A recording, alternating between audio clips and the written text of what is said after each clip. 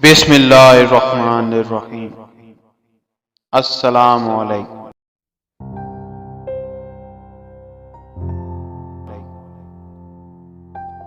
دروازے پر زور زور سے دستک ہوئی۔ بوڑھے شخص نے دروازہ کھولا۔ ہمسائے اور اہل محلہ سارے اکٹھے تھے۔ تیور تو غصے والے تھے، جنہیں دیکھ کر گھر سے برآمد ہونے والے بزرگ تھوڑا سا پریشان ہوئے اور پوچھا کیا بات ہے، سب خیریت ہے نا؟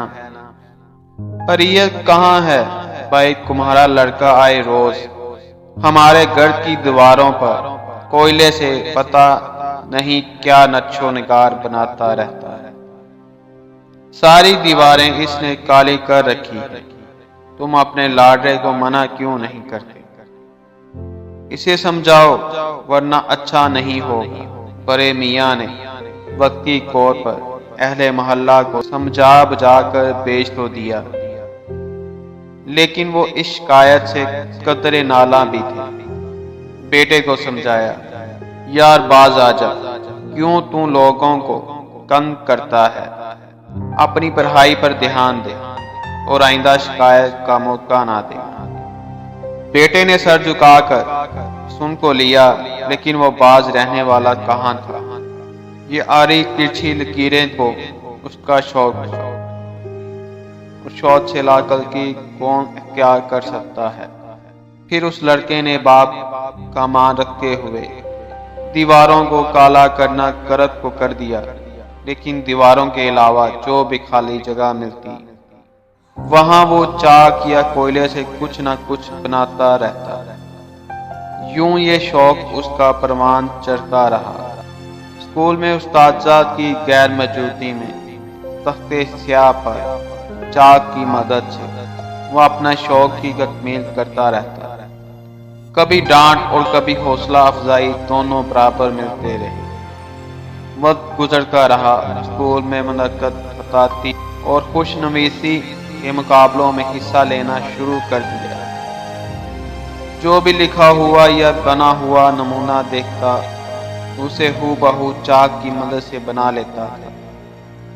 خوش نفیسی کے قواعد یا حقوق کی پہچان تو اسے بالکل بھی نہیں تھی، لیکن جیسے بھی مشکل سے مشکل خط ہوتا وہ اسے کاغذ پر اتار لیتا۔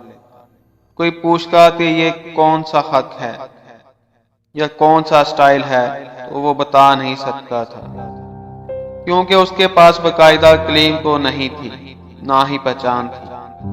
کلاس میں سب سے پہلے آتا، چاک سے تختے سیاہ پر اپنی مشق کرتا رہتا۔ باقی ہم جماعتوں اور استاذہ کے آنے سے پہلے وہ ٹھیک ٹھاک مشق کر لیتا، اور اگر کبھی کبھار کوئی استاد دیکھ لیتا تو حیران رہ جاتا کہ نو عمر بچے کا اتنا آمادہ خوش خط۔ آہستہ آہستہ اس کی مشق میں پختگی تو آ گئی، لیکن باقاعدہ رہنمائی سے محروم ہی رہا۔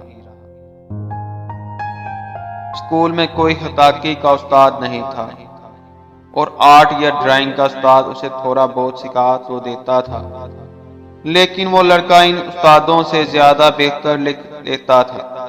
چھوٹے چھوٹے مقابلے جیتتا رہا، محلے میں بھی بینرز اور اشتہار لکھنے والے کی حیثیت سے پہچان بنوا لی۔ اسی دوران میٹرک کر لی اور آگے تعلیم جاری رکھنا مشکل ہو گیا۔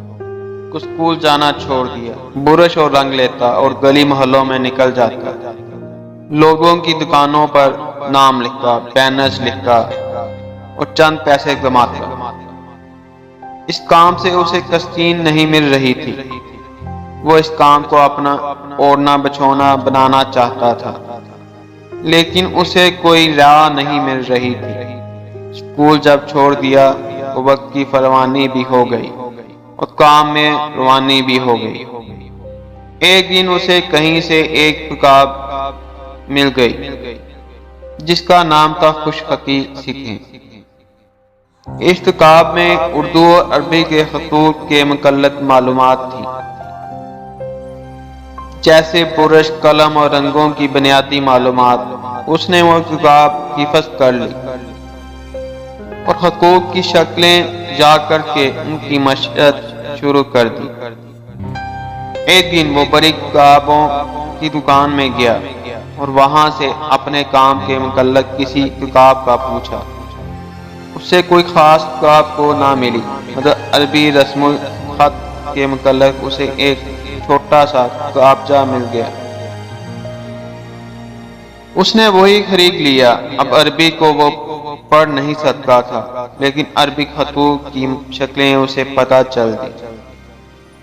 چھوٹے چھوٹے کام کرتے ہوئے وہ بڑی کمپنیوں اور اداروں کے کام کرنے لگا۔ ایک دفعہ کراچی کی ایک مصروف شاہراہ پر وہ یوں ہی تاج کمپنی کا سائن بورڈ لکھنے میں مصروف تھا کہ ایک بڑی گاڑی اس بورڈ کے نیچے آ کر رک گئی اور گاڑی میں بیٹھے شخص نے اسے نیچے آنے کا اشارہ کیا۔ وہ نیچے آیا تو دیکھا اس سے مخاطب ایک عربی شخص ہے اور عربی زبان سے کو وہ ناواقف تھا۔ اسے بڑی گاڑی کے پیچھے ایک چھوٹی گاڑی بھی آ کر رکی۔ اس میں عربی شخص کے جاننے والے پاکستانی افراد تھے۔ وہ نیچے اترے اور اس لڑکے سے کہنے لگے کہ شیخ چاہتا ہے کہ تم اس کے ساتھ سعودی عرب چلو اور وہاں جا کر اس کے لیے عطاقی کا کام کرو۔ لڑکا کہنے لگا مجھے تو عربی بولنا اور لکھنا آتی ہی نہیں، میں کیسے یہ کام کروں گا؟ تو اس عربی شخص نے بتایا کہ تم جس خط میں یہ بینرز لکھ رہے ہو یہ عرب کا مشہور خط ہے اور اسے ہر کوئی لکھ بھی نہیں سکتا۔ تم تو اسے کمال مہارت سے لکھ رہے ہو اور کہتے ہو میں جانتا بھی نہیں۔ وہ عربی سعودی سفیر کا دوست تھا اور پاکستان سے ہنرمند افراد کو لینے آیا تھا۔ اسے پاکستانی خطاط لڑکے کا کام پسند آ گیا اور اسے ساتھ چلنے کا کہا۔ یوں گھر سے اجازت لے کر اس نے پاسپورٹ بنوا کر شیخ کے حوالے کیا اور چند دن بعد وہ سعودی شہر ریاض میں بیٹھا بینرز لکھ رہا تھا۔ جب کام کرتے ہوئے کافی سال گزر گئے تو سعودیہ میں رہنے کو اس نے عربی زبان میں مہارت حاصل کر لی۔ دوسرا تمام عربی خط اور رسم الخط میں وہ تقریباً کمال کے درجے تک جہاں پہنچا۔ کفیل اس کا اچھا آدمی تھا اور اس پاکستانی خطاط کی بے پناہ عزت بھی کرتا تھا۔ وہ اپنے کفیل سے اجازت لے کر کئی بار عمرہ اور زیارتیں وغیرہ بھی کر آیا۔ ایک دفعہ مدینہ منورہ میں مسجد نبوی صلی اللہ علیہ وسلم کے اندر نماز ادا کرتے ہوئے اس کے دل میں خواہش نے جنم لیا کہ کاش مجھے موقع ملے اور مسجد نبوی صلی اللہ علیہ وسلم کے اندر اپنے ہاتھ سے ایک کہتی پر ایسی خطاطی کروں کہ دنیا حیران رہ جائے۔ یہ خواہش لے کر وہ وہاں سے ریاض آ گیا۔ کام کاج کرتا رہا، وقت گزرتا رہا، لیکن خواہش برابر پروان چڑھتی رہی۔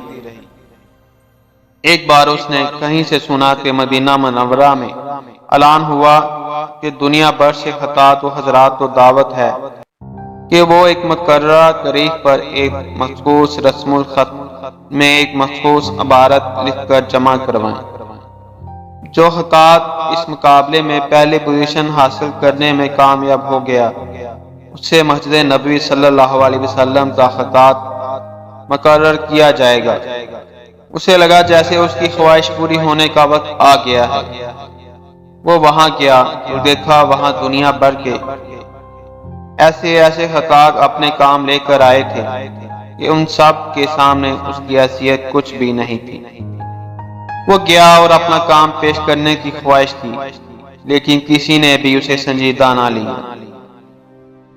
نہ تو وہ معروف تھا اور نہ ہی اس کا کوئی کام ایسا تھا جو مشہور ہو، اور اوپر سے ثقافت کی جدہ سائن بورڈ اور بینرز لکھنے والا اور پھر اہل زبان بھی نہیں، اور یوں اسے حصہ نہ لینے دیا گیا اور وہ مایوس ریاض لوٹ آیا۔ مقابلے کے کام کا وقت قریب تھا اور اس کی ایک بھی نہیں چل رہی تھی۔ تقریباً اس نے دل چھوڑ ہی دیا تھا کہ اس کی دکان پر ایک عربی آیا۔ اس نے کہا مجھے فلاں سائن کی تحقیقات سلاس میں چاہیے۔ اس نے لکھ دی تو وہ حیران رہ گیا تھا، اتنے چند ریال میں اتنا بہترین کام تو کوئی بھی نہیں کرتا۔ اس نے کہا تم میرے ساتھ چلو اور میرے لیے کام کرو، وہاں معاوضہ گدنا ملے گا۔ اس لڑکے نے انکار کر دیا تو وہ عربی کہنے لگا، میں ایک دکان مدینہ منورہ میں کھولنا چاہ رہا ہوں، اگر کوئی دوسرا حقات ہوا تو بتانا۔ جب اس لڑکے نے مدینہ منورہ کا نام سنا تو کہا مجھے لے چلو، میں وہاں کام کروں گا۔ اسے ایک امید لگ گئی کہ شاید میرے وسیلہ بن جائے۔ یوں وہ کسی نہ کسی طرح پہلے مہربان کفیل کو تقریباً ناراض ہی کر کے مدینہ منورہ چلا گیا۔ مقابلے کے احترام کا وقت قریب تھا اور نئے کفیل کے ساتھ کام کاج بہت زیادہ تھا۔ دکان چھوڑ کر نکلنا بڑا مشکل تھا۔ نیا کفیل اس کے کام سے حد گرچہ خوش تھا۔ اس جیسا کام تو سعودیہ میں کوئی دوسرا کرنے والا تھا ہی نہیں۔ کفیل کو یوں تھا جیسے اس کا مرید ہو گیا ہو، اسے بہترین کھانا کھلاتا، جب بھی ملتا تو ہاتھ اور ماتھا چومتا، قرض بری آؤ بھگت کرتا۔